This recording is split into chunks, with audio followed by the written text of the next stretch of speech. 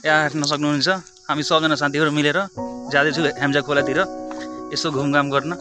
यहाँ हाम्रो विनित साथी हुनुहुन्छ। विनित साथी हाई गरिदियो त। मनोज साथी हुनुहुन्छ, हाई गरिदियो। कतिको एक्साइटेड छौ? ल यहाँ हाम्रो अगरजित भाइ छन्। ल कतिको एक्साइटेड छु भन्दै। म त धेरै एक्साइटेड छु। दाइसँग सोध्नु एकचोटि, अरविन्द दाइसँग कस्तो हुन्छ होला। हाम्रो अरविन्द साथी हुनुहुन्छ, मात्र गर्लफ्रेन्डसँग च्याटिङ गर्दै। म त एक्साइटेड थिएँ यार, गर्लफ्रेन्डमा लागेको छु। यहाँ हेर्न सक्नुहुन्छ भ्यू। अहिले हामी हेम्जा खोलातिर लागिरहेछौँ।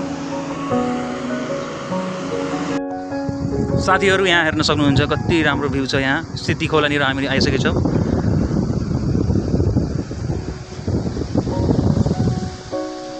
हेम्जा जाने बाटो चाहिँ यता हो। अब हामी हेम्जातिर लाग्छौँ अनि हेम्जा गएर हेम्जा खोलातिर जान्छौँ। अरविन्द साथी त्यहाँ च्याटिङ गर्दै हुनुहुन्छ गर्लफ्रेन्डसँग। एकदम मजाले हिँड्नु भइरहेछ, हेर्न सक्नुहुन्छ यहाँ। ल गाइज हामी आइसक्यो हाम्रो फाइनल डेस्टिनेसननिर। यहाँ हेर्न सक्नुहुन्छ यो चाहिँ हेम्जा खोला हो अनि यहाँको हेर्न सक्नुहुन्छ भ्यू। कति राम्रो भ्यू देखिएको छ। ओहो, यहाँ हाम्रो अरविन्द साथी जानु भइरहेछ अनि त्यहाँ हेर्न सक्नुहुन्छ ऊ त्यहाँ त्यो चाहिँ बन्जी जम्पिङ हो। टुरिस्टहरू आइरहेको छ बन्जी जम्पिङ गर्नको लागि। यहाँ हेर्न सक्नुहुन्छ पानी कतिको सफा छ। अरू केटाहरू चाहिँ अगाडि गइसके, म यता अलिक पछाडि छु। भिडियो बनाउनु पर्यो त्यही भएर।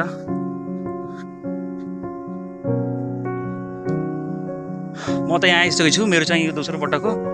हाम्रो साथी मनोज ठाकुर यहाँ पहिलोपटक आउनु भइरहेछ। अनि कस्तो लाग्यो हजुरको यो ठाउँ? अरू के भन्न चाहनुहुन्छ?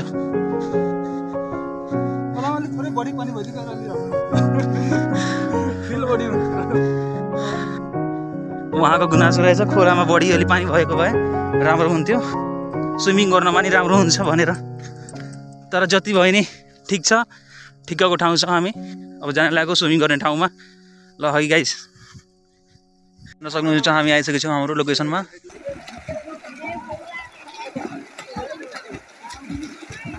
ल गाइजहरू हेर्न सक्नुहुन्छ हाम्रो साथमा मेरो विनित साथी हुनुहुन्छ। अनि कस्तो लाग्यो त हजुरलाई? के कस्तो लाग्यो?